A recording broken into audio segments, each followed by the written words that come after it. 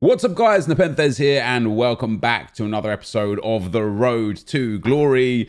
Today, we're going to be starting with something a little bit different. There is about 3 hours left of Scream cards in packs, and so not as Draft to Glory, but part of Road to Glory. We're actually going to draft today and then get into some gameplay.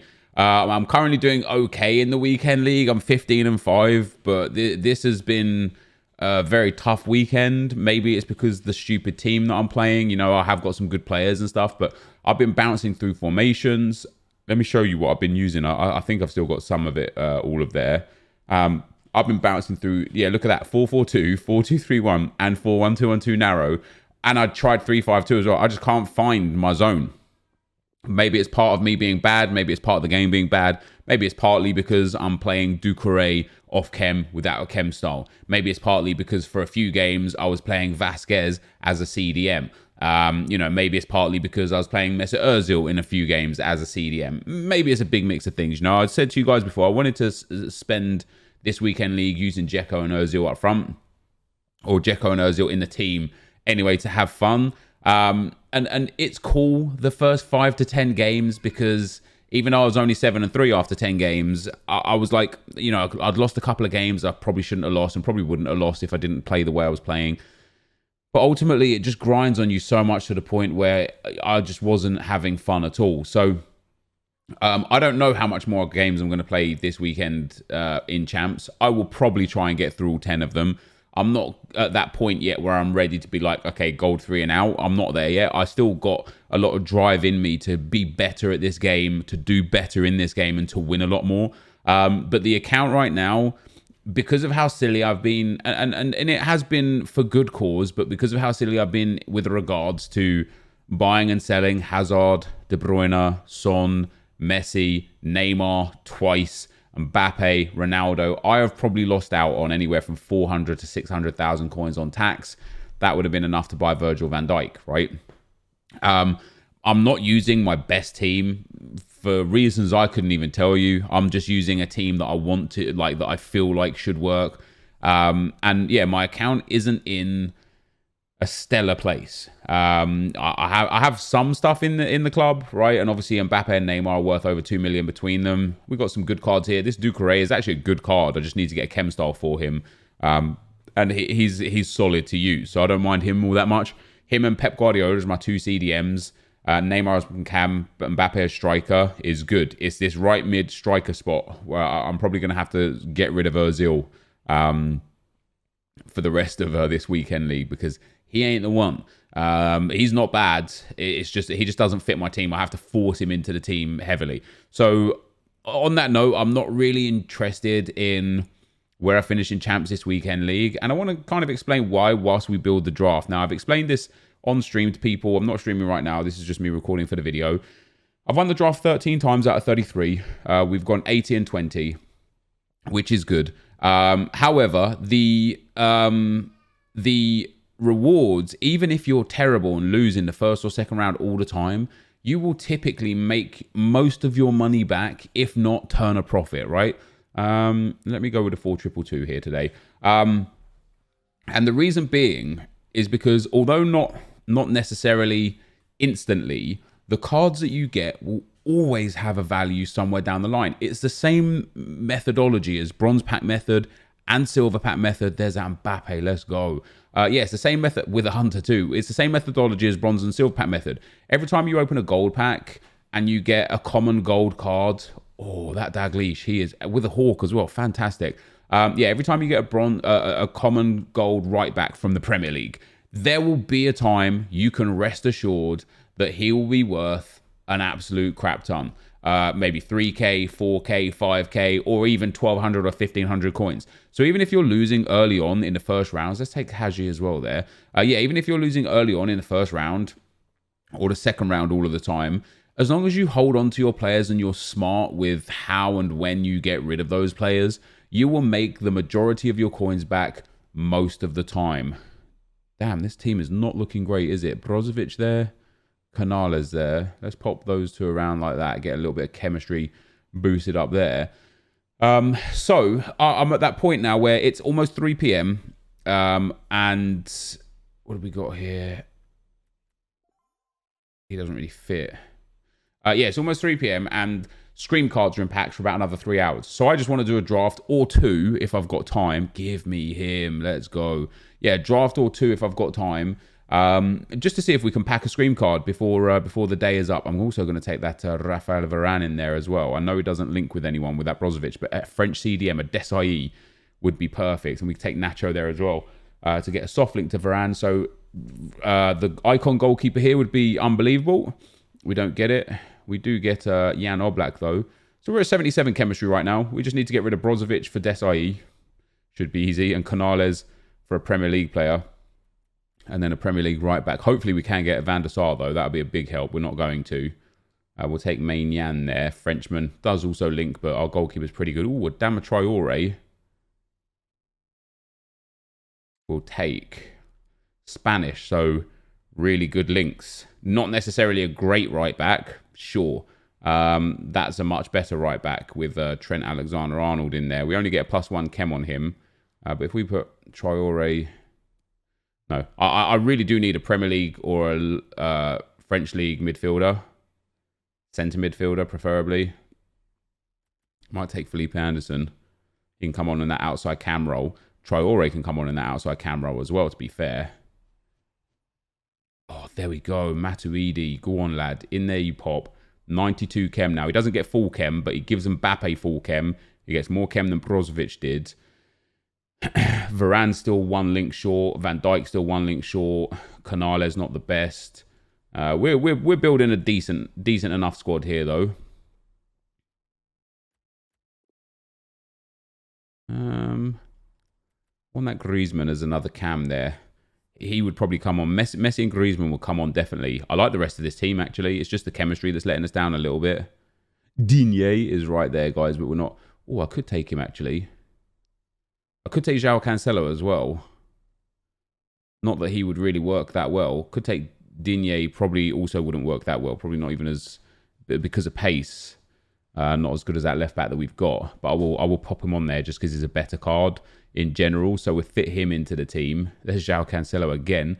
Di Maria. We'll take João Cancelo. It seems to be forcing it into our palms here. So we'll pop him in. I just need a good cam, really. A Premier League cam would pretty much sort us out. Not that it actually matters as we take Neymar there, because we're just going to sub these guys out straight away anyway. Dries Mertens, let's go. All right, so it's a bit of a weird draft because we've got our subs bench is considerably more stacked than our starting lineup. The team isn't bad. Brozovic is probably never going to see the light of day, so let's bring Cancelo on for him. The team isn't bad. Mbappe and Dalglish, brilliant. Matuidi and Jorginho, good. Haji, good. Canales is going to get subbed straight out. Van Dijk, insane. Varane, insane. Oblak off chem, meh. Digne's okay. Trent's okay. I am tempted to start with Adama Traore in at right back. That pace. Yeah, I think we'll do that. We'll start with Traore there, and then I'm going to bring on probably Messi quite quickly for Canales, and then I'll save Neymar, Mertens, or Griezmann for subs later on. So yeah, before we get into some Foot Champs gameplay, guys, we're going to give a draft an attempt or two here to see if we can pack ourselves a Scream card before they go out of packs. So let's get into some action. All right, guys, as we go into the gameplay, we've got a lot going on today, but we're starting with the draft that I just built. We're going into the gameplay for that. We did manage to win the draft, which is great. And as per the title of the video, nothing about buying a new player today or selling some of our players, but definitely a player to keep on the radar for this year. And that's this man on the ball right now, and that's Dalglish. Absolutely incredible in this game. I just played a draft before I did this draft here for Draft to Glory, and I also had Dalglish as my striker, and he carried me hard. And then in this draft here, I got him again, which is why I took him, and he just carried me hard again. He is fantastic, and I'm hoping over the coming days, as I start to hopefully develop a little bit better at FIFA, I suppose, I'm hoping that Neymar can really capture what Dalglish does, because Neymar's arguably should be better. You know, he also has 5-star weak foot, 5-star skill moves, whereas Dalglish is 5-star, 4-star, and he really should just be able to do exactly what Dalglish does. So that's what we're hoping for, and it was a joy to play with. And even though his baby card is only 87 rated, he's 1.7 million coins on the market, and he is used by a lot of the pros. So yeah, you know, someone to keep on the radar for sure. Obviously, it's going to take me a while to make some coins. But this account's been a bit stagnant recently, which is funnily enough why I'm in drafts again, and I will get back to some of the draft chat in a second. But the first comment is from Benny. He says, Nep, I'm not feeling the 4-4-2. Also, Nep, the 4-4-2 is doing bits for me. We still love you, Nep. I don't know where I'm at with this game. The last 2 drafts that I did play, because I played both drafts today, so I've already played 8 games of FIFA today. Both drafts I played, I had the 4-2-2 and the 4-2-3-1, and I felt really comfortable in both formations. Defensively, really strong. Offensively, really strong. And so what that caused me to do is it caused me to build not a new team, but change my team and tactics for the main team, which will, you know, involve my final 10 FUT Champs games that you guys will actually see tomorrow. It's currently 7 p.m. on Sunday, and I've still got 10 games to go. I don't know how many I'm going to get through. As I said earlier in the video, I'm going to try and get through all of them, but if I don't, I don't. I'm not really like too fussed about it. We've already got gold 3. I'll easily push up towards gold 2 and gold 1. If that's where I finish, then that's where I finish. But yeah, I'm struggling to just, I'm looking too much at what other people are doing rather than watching my own gameplay back and looking at what I'm doing and trying to figure out what the best way to progress is. You know, I used 4-2-2 2 weekends ago and I got elite, and so what did I do the next week? I changed formation. Why would I do that? I'll tell you why I did that, because I saw some other people say the 4-4-2 was great, and one of the pro players uses the 4-4-2, so I was like, oh, if it works for him, it must work for me too. So I switched my formation and my tactics based on nothing. And what do I tell you guys all the time? When people say to me, Nep, what are your tactics? What's your formation? What do I say to you guys? I say, guys, don't copy me. Figure out what works for you and develop your own playstyle. Develop a tactic that suits you. If that's 3 at the back, so be it. If that's 5 at the back, so be it. If that's 4-2-3-1 or 4-4-2 or 4-1-2-1-2 narrow, so be it. And then when you get a formation that you're comfortable with, then start developing your tactics as well. You know, if you like 2 strikers, go for a 2-striker formation. If you like to hit the counter attacks, play that drop back counter attack, you know. And so for me to just completely go against my own ideas and start changing my tactics, my team and my formation and everything based on nothing other than because it worked for someone else is stupid. And it's cost me wins this weekend. And I think it's fair to say even that 15-5 isn't even terrible. I only need to win 8 of my last 10 to get elite. I only need to win 5 of my last 10 to get gold 1, and that wouldn't even be too bad. That would be okay, especially with how matchmaking is this weekend.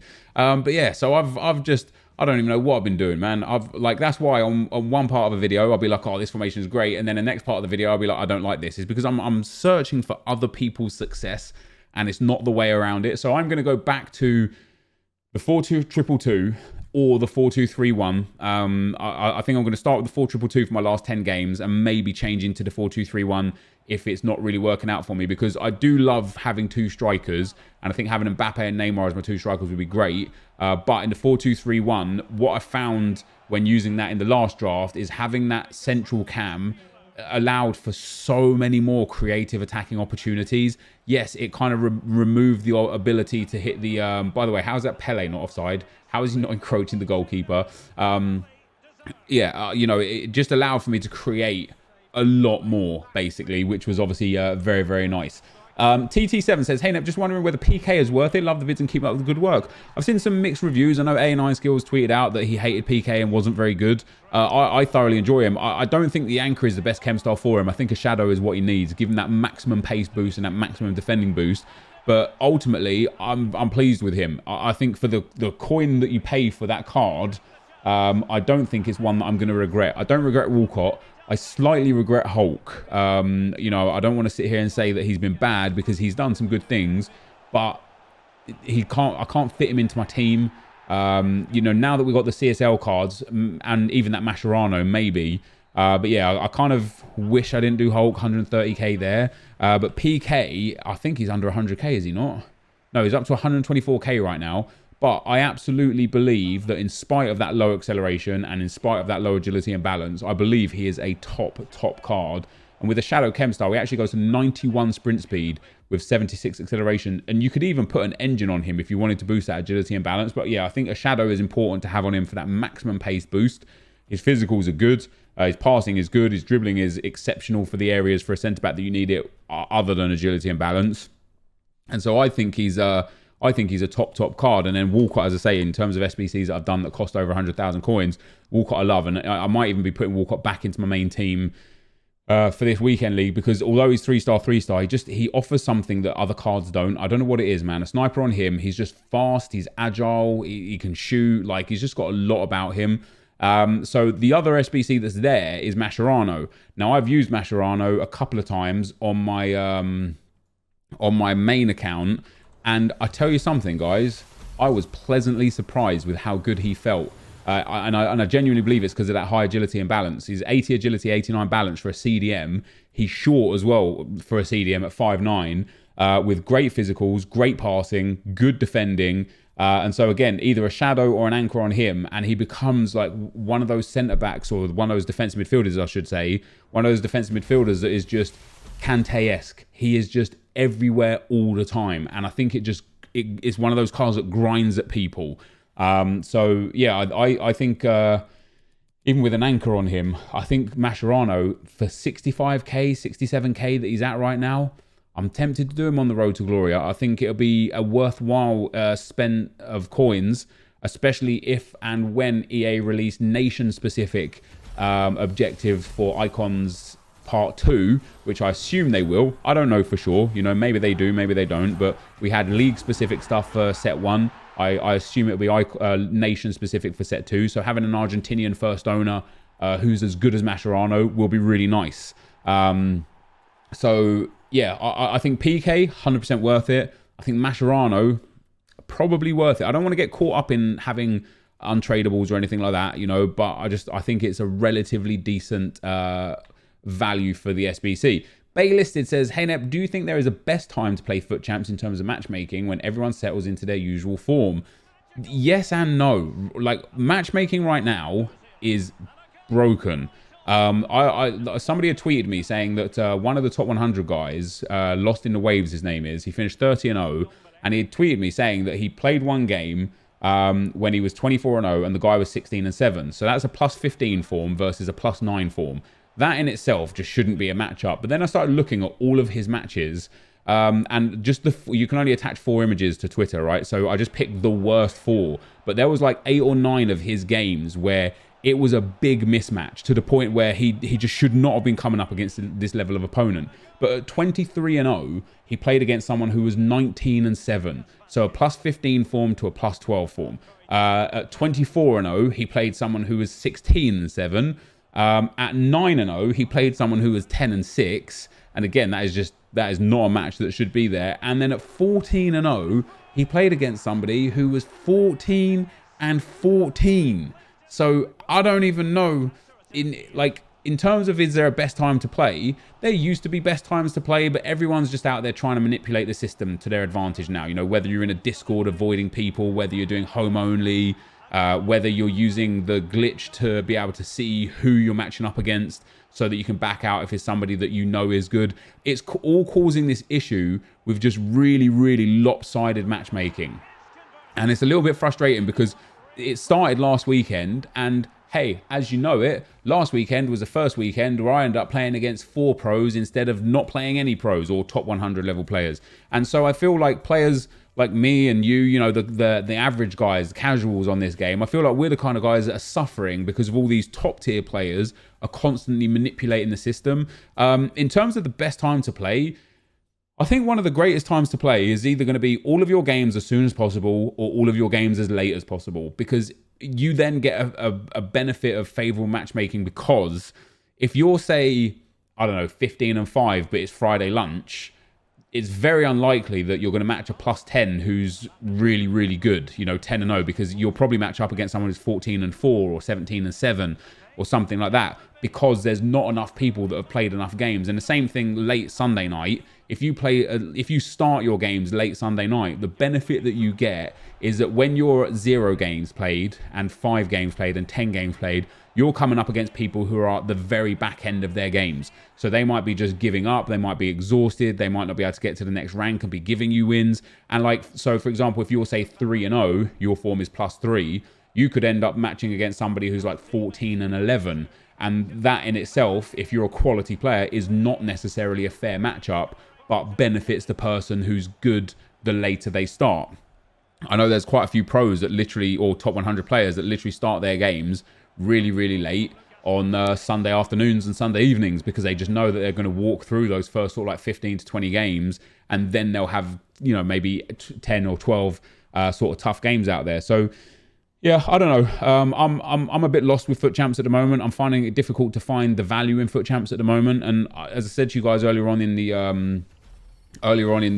video, I'm not at that point yet, not even close, hopefully, where I'm like, do you know what? Forget champs. Let's just play gold 3 and get out. I'm not at that point because I want to be better at this game. I want to get to a point where I'm consistently hitting elite and elite 2 again. And I know how to get there, and we will get that to that section in a minute. But I'm also at a point where playing the draft today 2 times on the Road to Glory account. Okay, one of them was for Draft to Glory. One of them was put on this Road to Glory. It felt good. You know, I got to use players that I've never used before. I got to play in a really casual, the most casual online setting that you'll get in Ultimate Team right now. I got my rewards immediately, which meant if I did pack something good, I still had the chance of screamer cards rather than waiting. And I thought to myself, man, if I'd have played 8 champs games instead of 8 rivals games, my mental state would be wildly different.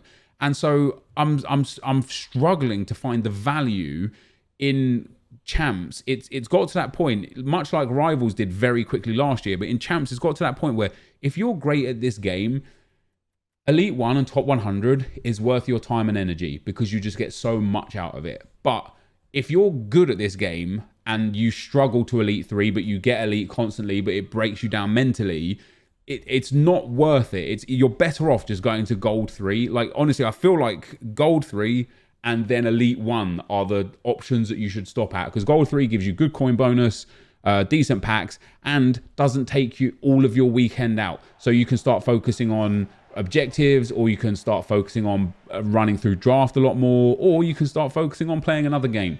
Because I was, funnily enough, just watching Nick talk about it. It doesn't matter where you finish. It's irrelevant. Like, Nick was currently, he's 18-4 at the time I started recording this, and he was saying to the stream, like, as soon as elite goes for him, he's stopping playing because it doesn't matter, right? If he's 18-4 and he goes to 18-8 and hits gold 2, he might hit the best red in form next week, and he might pack an icon out of his pack that he gets, you know, his rare mega pack. Or he could end up getting 25 wins this weekend, getting elite 2, packing 3 dead red cards, getting the 3 dead team of the week cards out of the team of the week pack, and getting an 82 rated from his 100k pack. It's all comes down to luck and chance with rewards, which we did discuss a lot last year, to the point where it makes playing champs largely irrelevant unless you can hit a super high level, or if you just love playing FIFA and you just love playing the games, fair enough, if it doesn't matter where you finish. If you just love the competition of champs and you just want to make sure that you can get better every week, and you want to see if the work that you put in the previous week came to fruition and gave you a better result, or if you know, you've got some new players and you just want to try them out, like, or maybe you just really enjoy champs. I know Skills just loves playing champs. He loves it. He loves the competitive nature of it. He loves the competitive aspect of it. And I know some people, it's not always about the rewards versus the time. It's not always about being the most efficient that you can possibly be in the game. For me, because of how much I play this game, because of how much content I upload and how much I put into this industry, it has to be about the most efficient way to play the game. And maybe that's why maybe that's why I'm not doing as good this year. Maybe I'm looking at it the wrong way. And on that note, T4 says, Nep, I'm going to have fun this weekend league. Also, Nep, I'm done with this game. And that's like the first sort of like 7 or 8 games of this weekend league, I wasn't even caring. I'd even lost one. I think I was 7-1 or 6-1 or something, and I was still just like casual, you know, didn't really care. Wasn't even focusing hard on the games.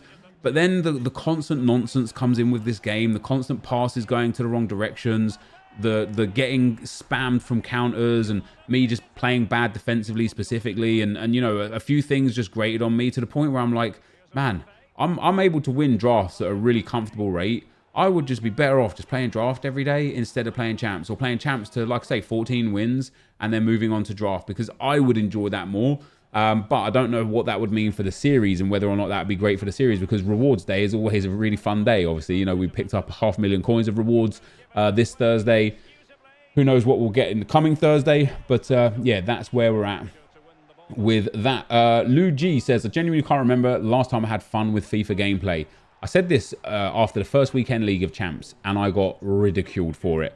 And then I said it after the second weekend League of Champs, and more people were kind of like, you know what, yeah, I agree. And then I said it after the third and the fourth weekend League of Champs. And now people are starting to see this game is not more fun than FIFA 19.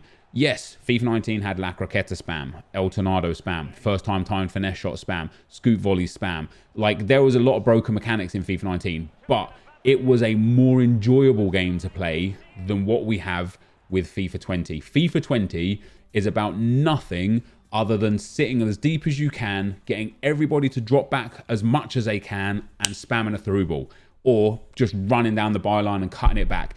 And it is boring for me personally. And maybe that is, again, another reason why I'm not really getting too great at this game, is because I enjoyed how you have to play in FIFA 20 far less than I enjoyed how you have to play in FIFA 19. Like, I would rather score and concede 35-yard finesse shots than 3-yard tap-ins. Just my personal preference. I know not everyone agrees. I know some people like this game more, and that's entirely your prerogative, you know.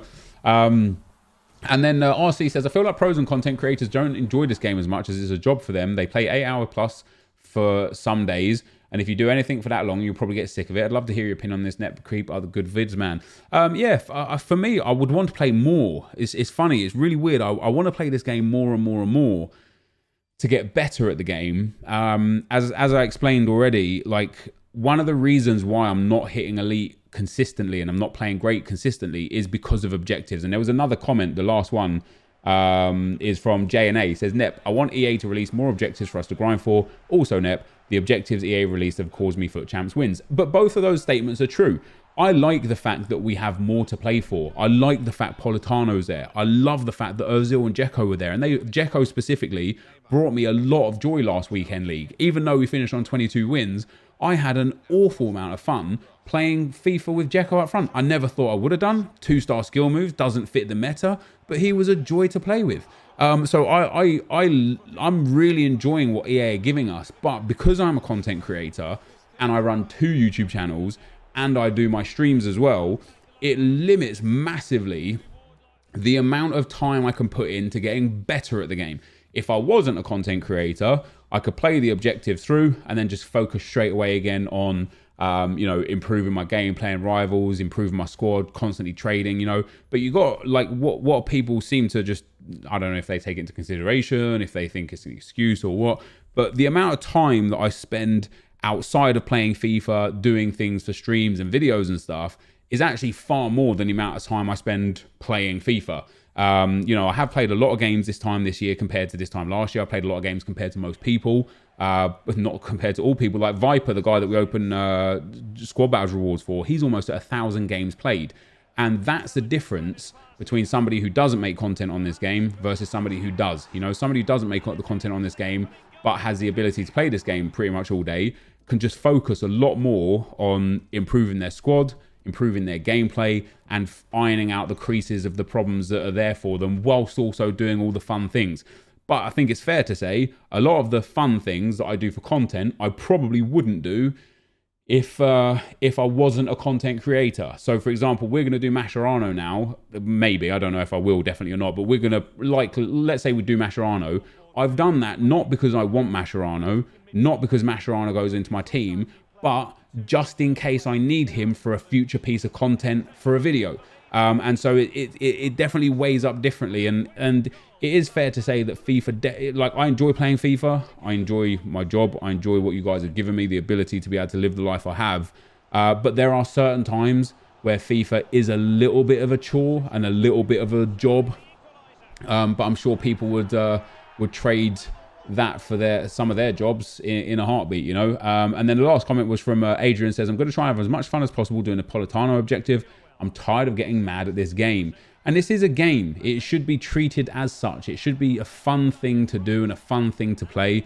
I'm like you, I'm not going to... Like, if somebody wants to trade goals for Politano, I'm not going to say no, right? That's stupid. But I'm not going into games looking to trade goals with people.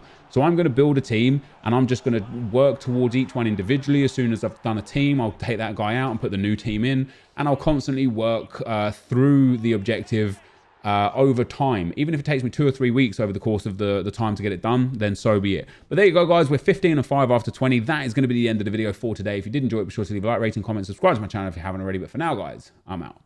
Peace.